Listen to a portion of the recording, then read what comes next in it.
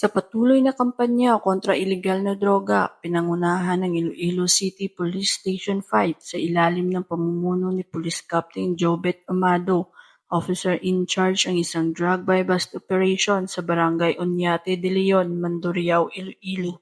Bandang alas 10:30 ng gabi nito lamang ika-21 ng Oktubre taong kasalukuyan.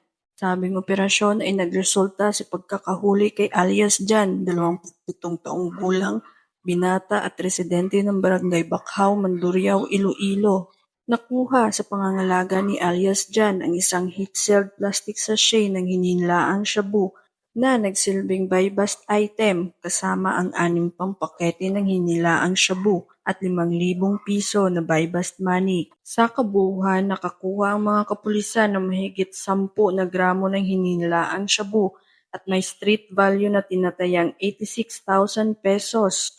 Ang sospek ay kasalukuyang nakakulong sa Iloilo City Police Station 5 Custodial Facility para sa tamang dokumentasyon at disposisyon at haharap sa kasong paglabag sa Republic Act 9165 o ang Comprehensive Dangerous Drugs Act of 2002.